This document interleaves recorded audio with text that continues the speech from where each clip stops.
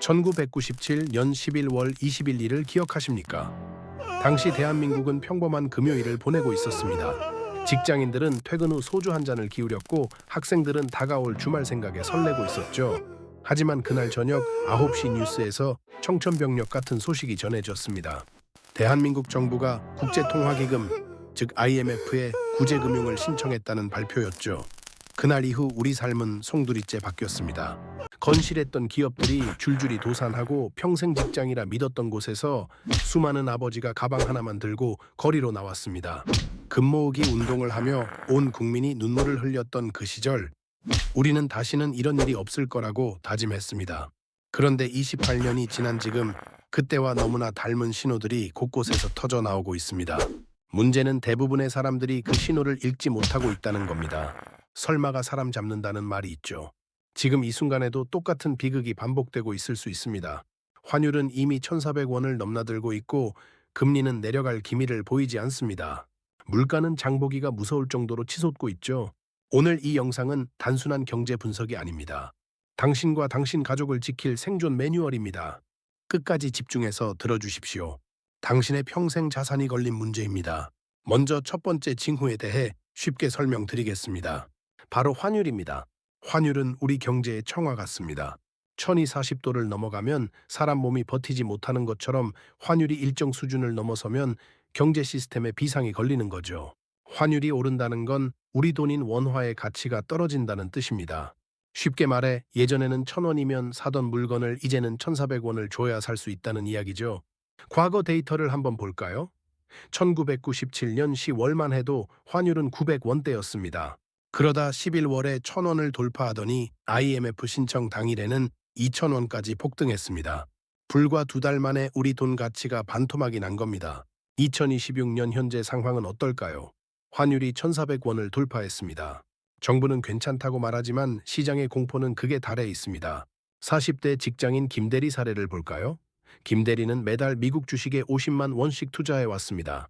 2년 전 환율이 1,200원일 때는 약 410달러를 살 수 있었죠. 그런데 지금은 같은 50만 원으로 350달러도 채 못 삽니다. 앉은 자리에서 투자금이 15% 넘게 증발한 셈입니다. 여러분, 지금 당장 환율 앱을 켜서 확인해 보십시오. 1,400원이라는 숫자가 고착화된다면 그것은 경제 위기의 명백한 경고등이 켜진 겁니다. 두 번째 징후는 감당할 수 없는 빚, 즉 가계부채입니다. 특히 변동금리가 문제입니다. 변동금리는 시장 상황에 따라 이자가 계속 바뀌는 방식이죠. 지금처럼 금리가 높을 때는 이자 폭탄이 되어 돌아옵니다. 1997년 당시에도 금리가 20% 넘게 치솟으며 빚을 낸 사람들이 파산했습니다. 지금 우리나라는 세계에서 가계부채가 가장 많은 나라 중 하나입니다. 50대 박 사장님의 이야기를 들어보시죠. 박 사장님은 3년 전 서울 근교에 5억 원짜리 아파트를 사면서 3억 5천만 원을 대출받았습니다. 당시 금리는 연 3%였죠.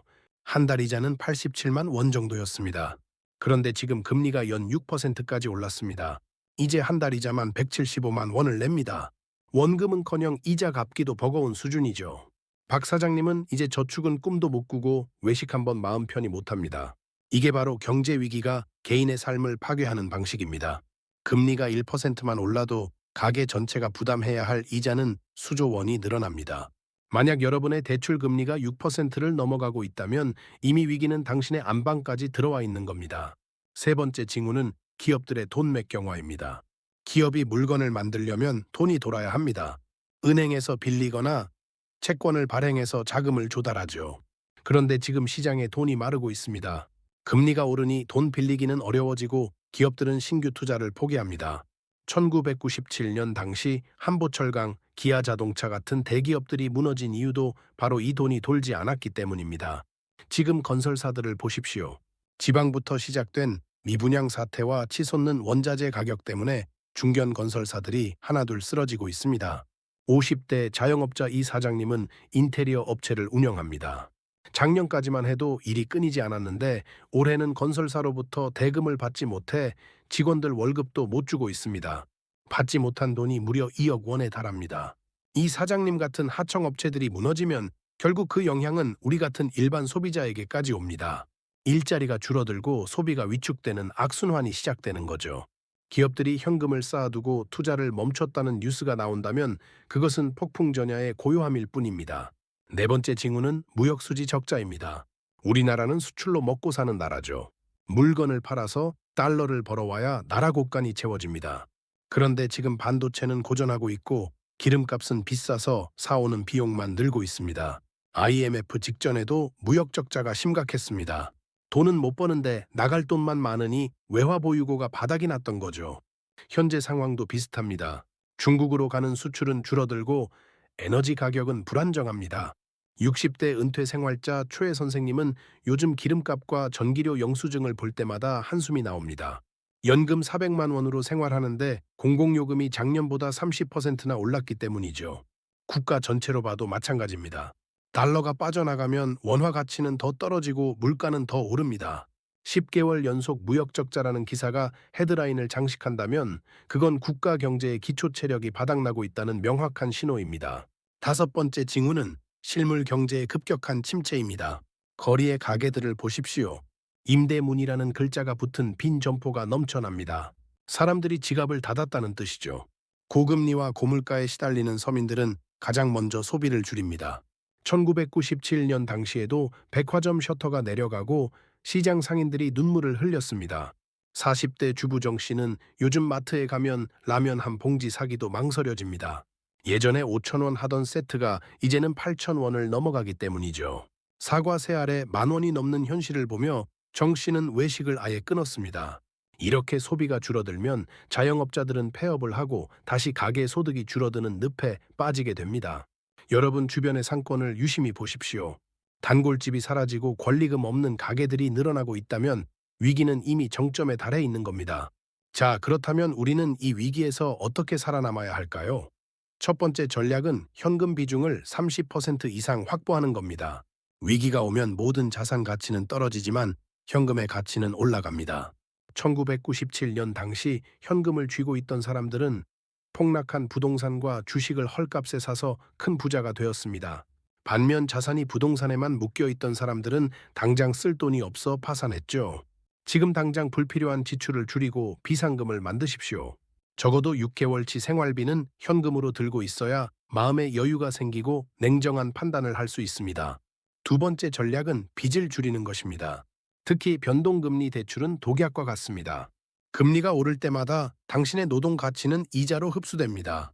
지금이라도 금리 비교를 통해 고정금리로 갈아타거나 원금 일부라도 상환하십시오. 무리한 영끌 투자는 위기 상황에서 당신을 벼랑 끝으로 밀어 넣을 겁니다. 3억 대출에서 이자가 2%만 올라도 1년에 600만 원, 한 달에 50만 원을 더 내야 합니다. 이 50만 원은 당신의 노후 자금이자 가족의 외식비입니다. 빚을 줄이는 것이 가장 확실한 재테크입니다. 세 번째 전략은 자산의 일부를 달러로 분산하는 겁니다. 환율이 오를 때 가치가 상승하는 자산을 가지고 있어야 합니다. 원화 가치가 폭락해도 달러를 가지고 있다면 당신의 전체 자산은 방어됩니다. 거창한 해외 주식이 아니어도 좋습니다. 달러 예금이나 달러 ETF 같은 쉬운 방법부터 시작하십시오. 자산의 10%만이라도 달러로 보유한다면 최악의 순간에 든든한 버팀목이 되어줄 겁니다. 정리하겠습니다. 제2의 IMF가 올지 안 올지는 아무도 확언할 수 없습니다. 하지만 확실한 건 징후는 이미 우리 주변에 가득하다는 겁니다. 1997년 당시 살아남은 사람들은 특별한 천재가 아니었습니다. 단지 신호를 읽고 준비했던 평범한 사람들이었습니다. 반대로 모든 것을 잃은 사람들은 설마 하며 아무것도 하지 않았던 사람들이었죠. 오늘 이 영상을 본 여러분은 이제 선택해야 합니다. 준비할 것인가 아니면 설마 하며 운에 맡길 것인가? 시간은 우리를 기다려주지 않습니다.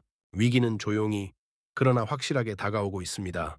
준비하는 자만이 이 거친 파도를 넘어 기회를 잡을 수 있습니다.